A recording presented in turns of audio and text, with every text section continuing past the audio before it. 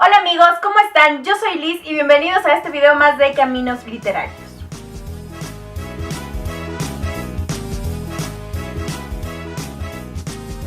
Yo tenía planeado subir la reseña de este libro antes, pero ¿qué sucedió? Que aparecieron los juegos y retos y BookTube. Entonces tú dices, madre mía, ¿y ahora qué se hace uno, no? Pero por suerte aún estoy a tiempo, que alivio. A ver, para quienes no saben qué son los retos y juegos y BookTube, les dejaré acá abajo toda la información. Es un reto por todo este mes de julio, donde literalmente te ponen unos retos muy ingeniosos porque tienes que viajar a diferentes lugares. Les dejo por este lado el mapa para que ustedes puedan ver. Son Panem, Utopía, había Narnia, La Comarca, no recuerdo algo más, no lo recuerdo exactamente todos. Son súper interesantes porque cada uno de los retos los haces a través de diferentes vuelos y tienes que abordar el vuelo con la publicación de algún artículo o con alguna reseña, seas blogger, seas Bookstagram, o seas Booktuber, todo lo que seas tienes que publicarlo y subirte al vuelo. Entonces me parece una cosa súper fascinante. A pesar de que en este mes de julio yo sigo en clases, todo el mundo creo que está de vacaciones, pero no, yo sigo en clases y tengo clases de largo, al parecer. Así que se me va a hacer muy interesante, muy interesante. El libro del que les voy a hablar es Blanco, de la saga Ascensión de J.J. Safira. El libro lo conseguí porque, bueno, no lo conseguí.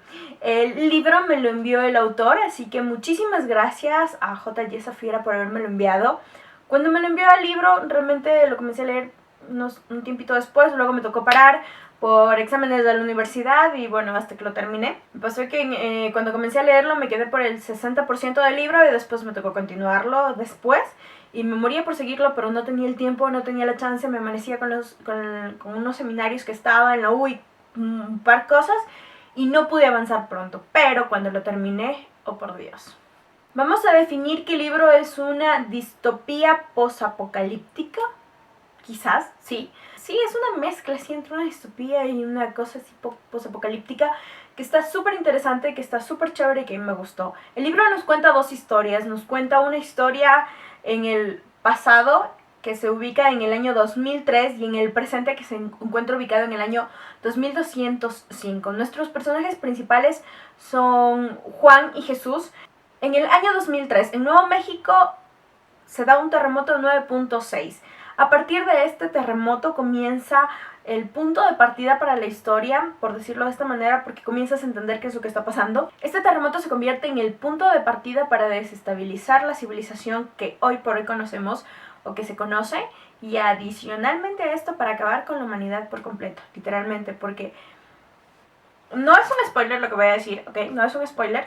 Este terremoto se siente solo en el epicentro y en partes muy cercanas, o sea, no se lo siente como un 9.6 que tú te lo imaginas, oh por Dios, se siente en cualquier parte, no. Sencillamente se lo siente en el epicentro, pero lo que acontece con este terremoto es sobrenatural, porque no pasa lo que normalmente pasa en un terremoto, sino que te encuentras frente a una, ¿cómo se llama? Iba a decir una masa de gas, pero no es una masa de gas. Te encuentras frente a una nube de gas, por decirlo de esta manera, creo que era. Una nube de gas que está cubriendo todo el lugar donde sucedió el epicentro y nadie sabe absolutamente nada. Pero claro, cuando comienza a desaparecer se dan cuenta que todo desapareció. No existe nada, no existen edificios, no existen personas, nada, o sea, todo desaparece. Y comienza realmente el caos. En el 2205 la gente vive bajo el subterráneo, o sea, bajo la tierra, porque acá arriba en la superficie no existe nada. Nada, todo está seco, todo es árido y se ha perdido absolutamente todo y la gente vive bajo la tierra, trabaja bajo la tierra. Y hay algo muy peculiar que pasa en esta época de la civilización, y es que la gente no duerme, no descansa.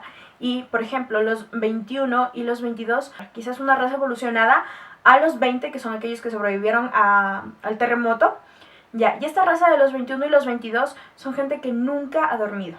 Es algo muy peculiar ver las diferencias que existen entre estas razas, y tú te das cuenta la evolución y las grandes diferencias con un personaje muy peculiar que se llama Pilar, que lo encuentras ya en los capítulos posteriores, y no les puedo contar mucho de lo que hace ella ni cómo se encuentra con Jesús y Juan, porque eso sí creo que sería un spoiler. A ver, el por qué se encuentra Jesús con Juan y qué es lo que le pasa a uno de ellos es realmente una cosa que tú te quedas de locos, porque a mí me pasó, yo me quedé así como que, oh por Dios, ¿qué carajo le pasó? Quiero seguir leyendo. Ya, lo que le pasa a ellos y hace que conozcan a Pilar, hace que la trama tome un giro de cierta manera porque comienzan a pasar muchísimas cosas después de eso.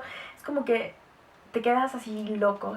Estas dos líneas temporales en las que encontramos o vemos o tenemos a la historia me parece una cosa muy acertada del autor, realmente, porque no es una historia lineal, porque adicionalmente te atrapa. Creo que el final de cómo terminaba cada uno de los capítulos hacía que te enganches. El primer capítulo terminaba de una manera y comenzaba el segundo, y cuando comienza el segundo tú dices, oh, a ver, ¿qué pasó aquí? Te das cuenta que estás en otra línea temporal, y luego cuando viene el tercer capítulo te das cuenta que sigue muy de corrido con la historia, es decir, no te pierdes, te logra mantener en el hilo conductor de la historia, y adicionalmente que tienes ese hilo conductor de la historia, te atrapa muchísimo, no te pierdes con lo que estás leyendo.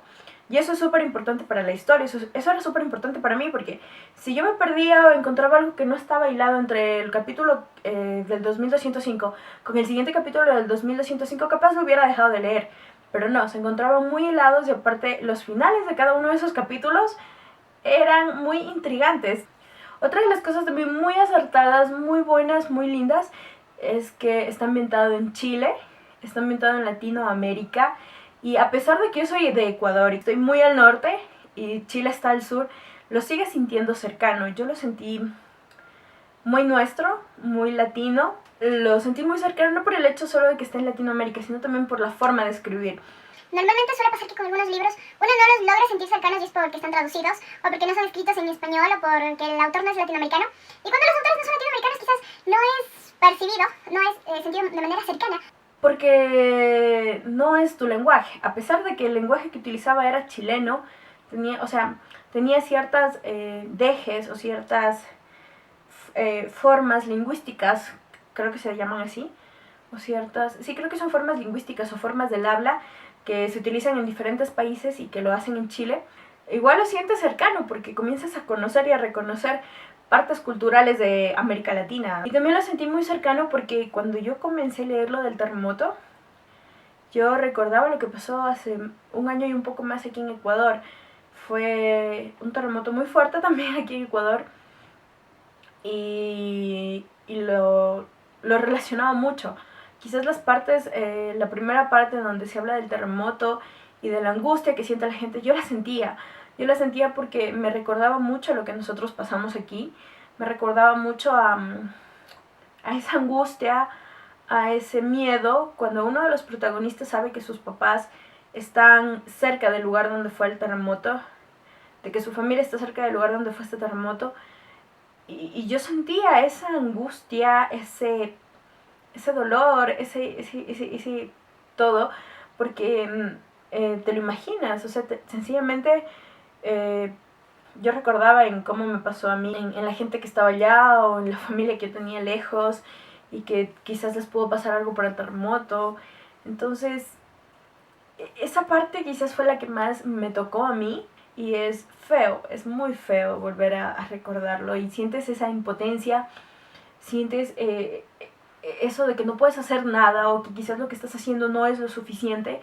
Y me pasaba mientras yo leía el libro, sentía angustia igual con los personajes, sentía el dolor con uno de esos personajes porque no sabía dónde estaba su familia y era una cosa desesperante. Decía, por Dios, yo lo sentía así porque me recordaba a ese momento, a esa etapa. La trama es súper interesante, la forma en la que está contada la historia es súper interesante, la evolución de los personajes, de cómo inician a cómo continúan y a cómo van siguiendo, también me parece súper interesante.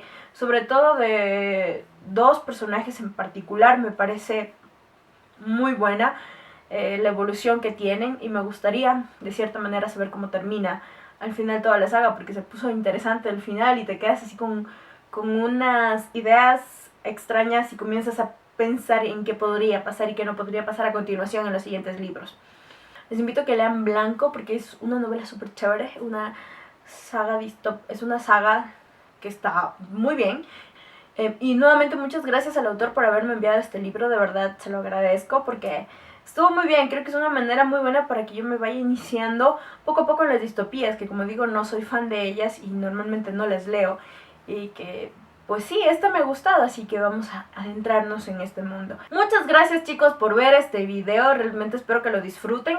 Estoy feliz de estar en los juegos y retos y booktube de este año, es la primera vez, así que espero que todos los videos que voy a subir entre este mes los puedan ver, los puedan disfrutar. Vamos a ver qué tal me va con estas lecturas. Les dejo en la cajita de la descripción todas mis redes sociales, las personales y las del canal. Y si les gustó este video pueden darle like, compartirlo y no se olviden de suscribirse. Así que muchas gracias a todos por ver esta reseña y nos vemos en una próxima oportunidad. Adiós.